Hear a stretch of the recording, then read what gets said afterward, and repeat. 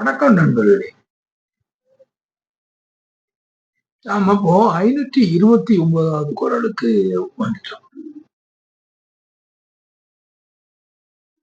529ல வள்ளுவர் இந்த சுற்றந்தழால் அதிகாரத்துல என்ன சொல்றார்?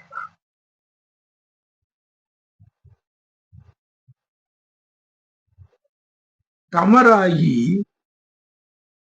தந்துறந்தார் தன் துறந்தார் சுற்றம் அமராமை காரணமின்றி வரும்.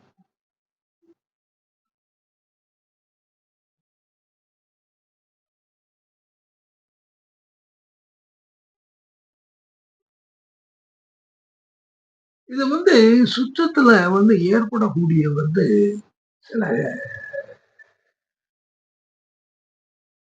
சுற்றத்துல ஏற்படக்கூடிய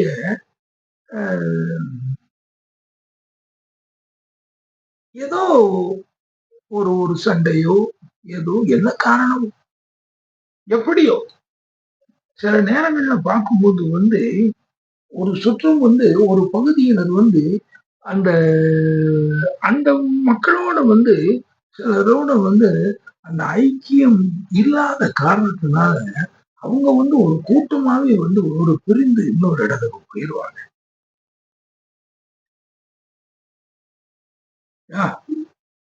இவங்க என்ன அப்படிங்கிற மாதிரி அப்படி போயிடுவாங்க. அவங்க கூட ஒரு கூட்டம் சேர்ந்து போகும்.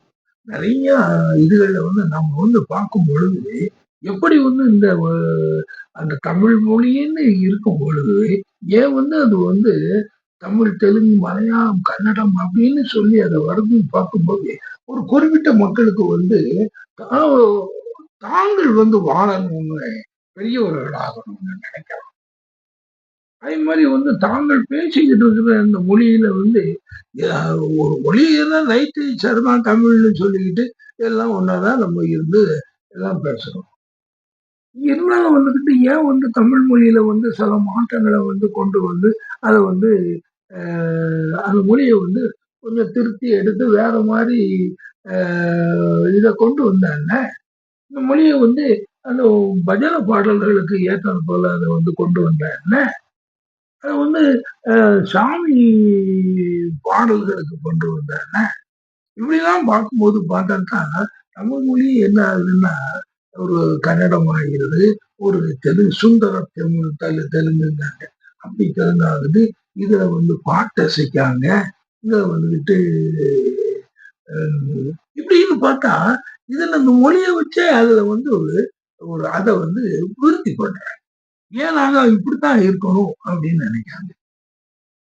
அப்படியே அந்த குரூப் போய் கடைசியில் அது காலவட்டத்துல காலவட்டத்துல ஏதோ நம்ம இருக்கணும், நம்ம வாழ்நாள் பூராவுக்குள்ள அந்த இது நடக்கன்னா அது இல்லை.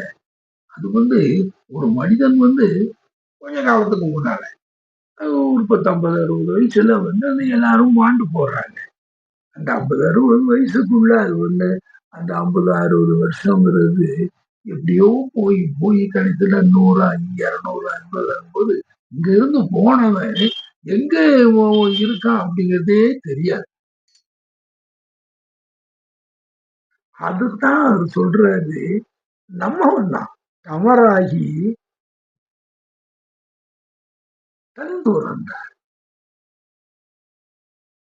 தானாக நம்மளை விட்டு நீங்கியவர்கள் வாங்கப்பா அப்படின்னு சொல்லிட்டு போயிட்டான்.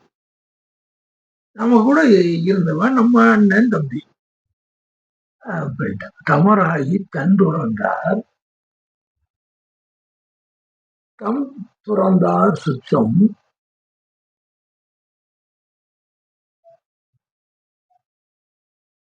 அமராமை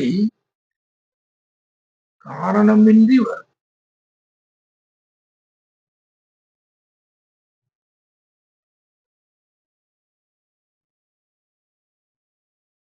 அது சில நேரங்கள்ல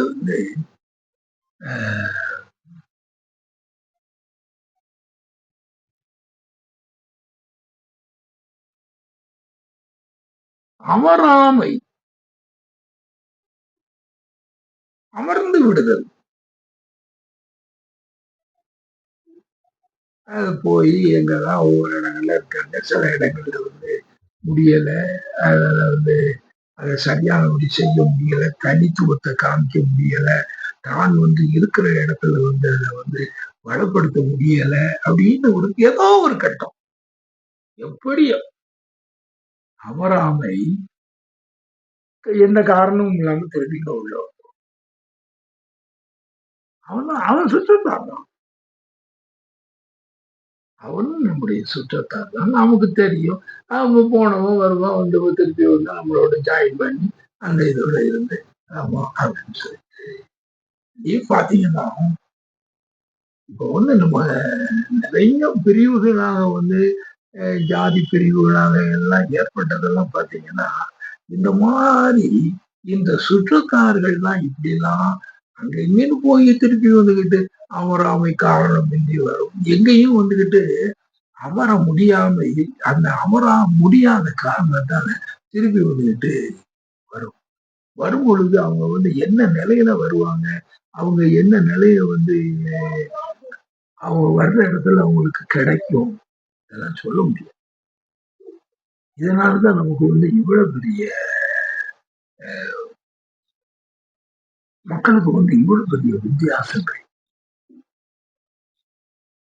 இவ்வளவு வேறுபாடுகள் இதுகள் எல்லாம் வந்து இருக்கு.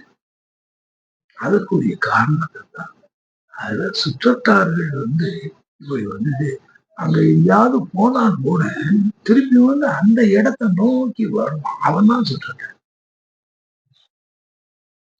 அப்படி சொல்லுவாங்க. இப்ப கூட இந்த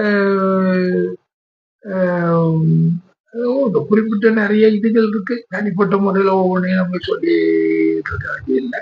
அது நிறைய விஷயங்கள் இருக்கு. அதையெல்லாம் நம்ம நுட்பமா பார்க்க வேண்டிய அதுகளை பார்ப்போம். சரி, நம்ம அடுத்த குரல் என்ன சொல்றாரு. அதுவரை நன்றி கூறி